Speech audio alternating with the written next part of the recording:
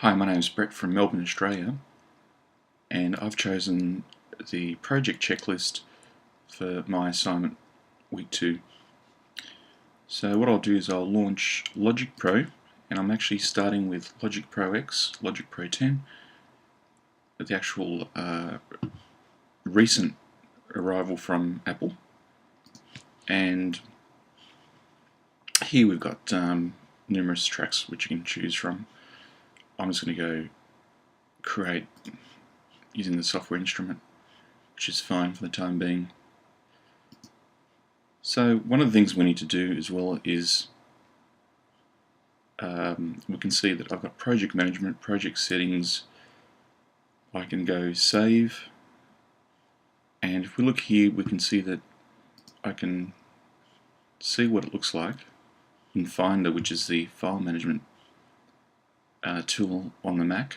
You can see it's just called Untitled at the moment, so I'll just close out of that again. What I want to do is I want to actually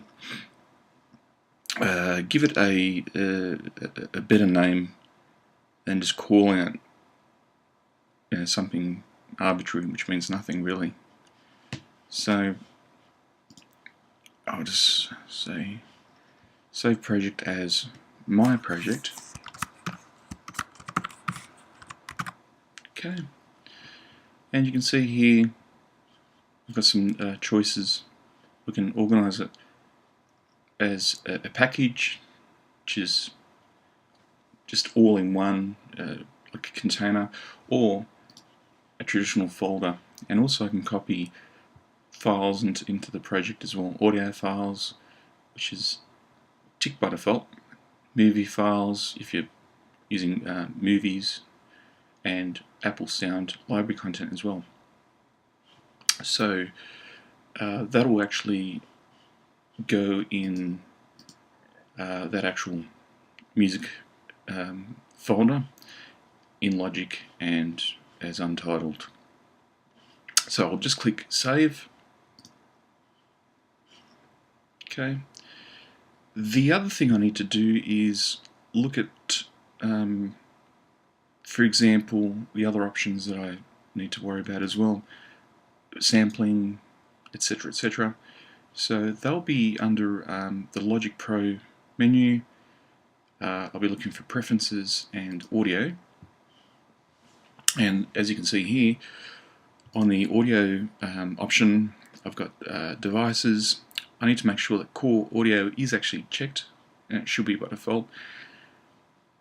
What the system memory requirement will be in this particular scenario, my output device in this case is my actual audio interface, which is a Scarlett 2 input to USB type interface, and then I've got my I/O buffer size, so that's kept at 128 samples, and as you can see I can choose lower or go higher depending on the scenario, whether I'm using more plugins or if I'm doing it per track basis. I might want to keep the sample rate, I should say the number of samples, quite low. I shouldn't say sample rate.